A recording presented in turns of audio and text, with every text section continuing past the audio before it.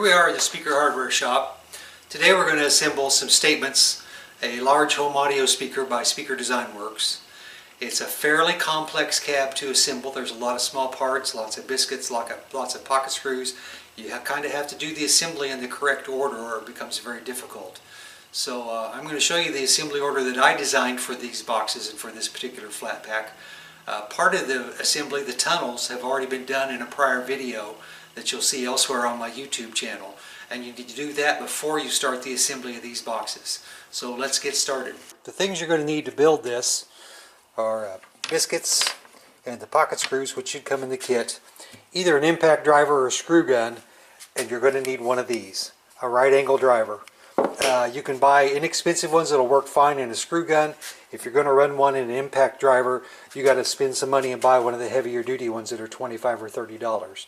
But you won't be able to reach some of the pocket screws inside this kit unless you have one of these. And I would also recommend getting two bits, a 6-inch long number 2 square driver and a little shorter number 2 square driver. You'll need them both to make this a lot easier to assemble. So here's the tunnels for a statement speakers. In a prior video I showed you how to assemble the tunnels themselves. In this one you need to add these side braces. These connect to the sides of the cabinet itself. And I've got them set up so you pocket screw them right to the box. Just set them equidistant, make sure you get everything nice and flat, because this whole assembly, if you look at a statement cab, there's your mid-ranges. This sits right on top of those mid-range holes. And these fasten to the sides of the box. And that's why you need the right angle driver to reach these pocket screws right down here. That's one deviation I made from the original plans. I extended these out just a little bit so that you could reach in there and drive a pocket screw. It makes it a whole lot easier to assemble the sides of the box, and it also makes for a no fasteners on the outside of the box. So now we'll get aside and get started. So here's the side of a box. You see I've got it marked baffle and back, so you know the orientation. I've also got them marked left and right so that you know which side of the box that it goes on.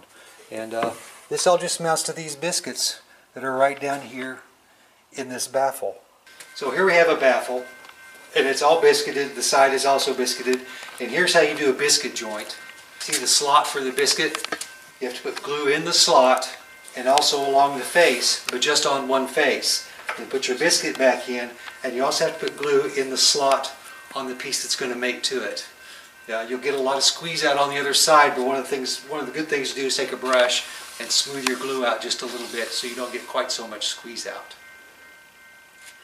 So the first thing you do is install the side, and you just set it up and line it up on the biscuit slots, and it'll snap into place. And biscuits allow for a lot of play, so you kind of scoot it back and forth to make sure you get everything lined up. And then the top and the bottom go on, and they're also slotted. And these biscuits are all cut so that everything will basically only install one way, so you can't hardly screw it up.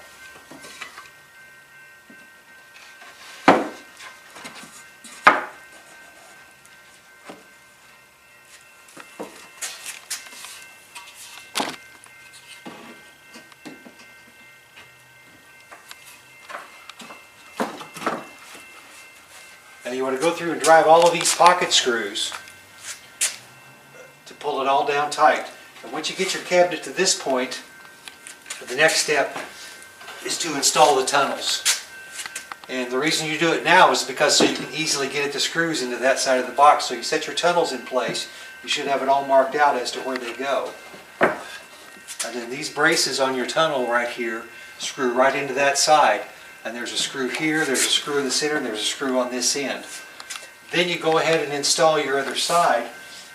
Basically the same operation. You can kind of rock your biscuits in this and drive these screws. And that's where you need that right angle driver so you can reach in there and screw into these. After you get that assembly all done, install the back, and it's also biscuited in place. And you have to reach through the baffle holes to these pocket screws and drive your back down. And they're all placed so that they're pretty easy to get at through those holes. Now there is one that's quite a ways back that's hard to get to, and if you can't get to it, that's fine, you don't have to have it. But that will pull everything in place and give you a nice square box, and basically you're done. You can assemble one of these in about 10 or 15 minutes at the most. There's no external fasteners. Everything is done from the inside. The only external fasteners will be for your 3/4 face baffle that goes over the front of this 1/2 inch. It makes for a real quick and easy assembly on a fairly complicated box. So that's the basics on how you assemble a statement flat pack from SpeakerHardware.